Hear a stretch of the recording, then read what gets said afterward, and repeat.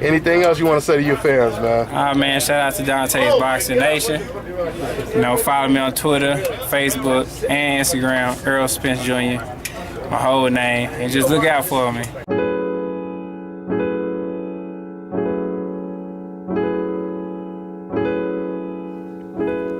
DONTAE'S Boxing Nation, what's going on, guys? So Errol Spence, as expected, is very eager to win the IBF title.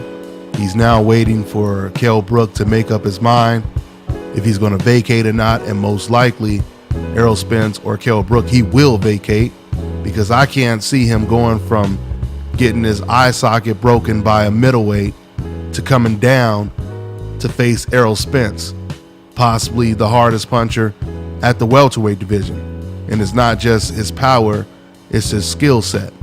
So I don't believe that Kell Brook is going to do that, and Errol Spence, he doesn't believe he's going to do it as well, but we'll find out.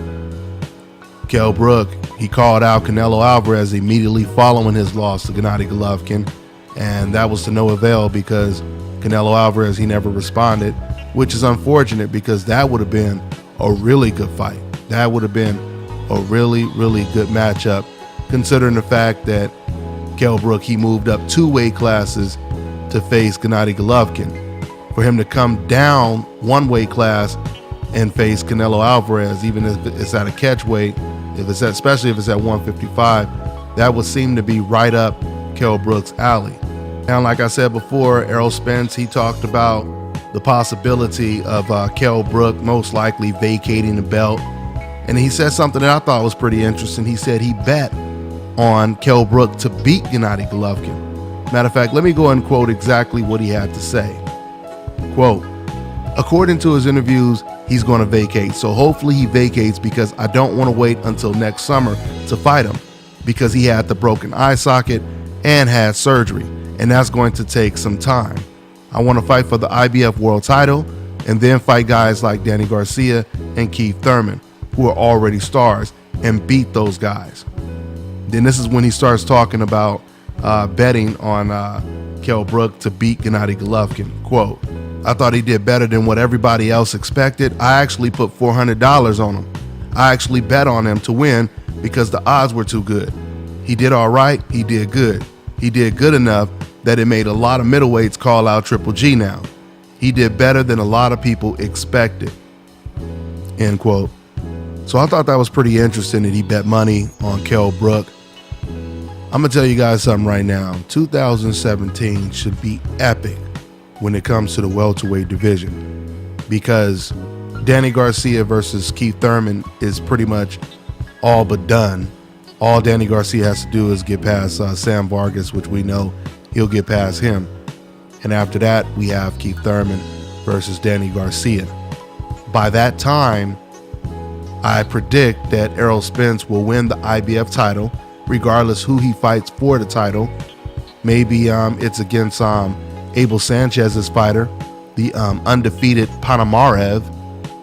If he fights him, that would be a hell of a fight. That would be a hell of a fight. Panamarev is an undefeated prospect who beat the undefeated at the time, Brad Solomon. So that would be a really good matchup. You have 2 young, strong, undefeated prospects going head to head.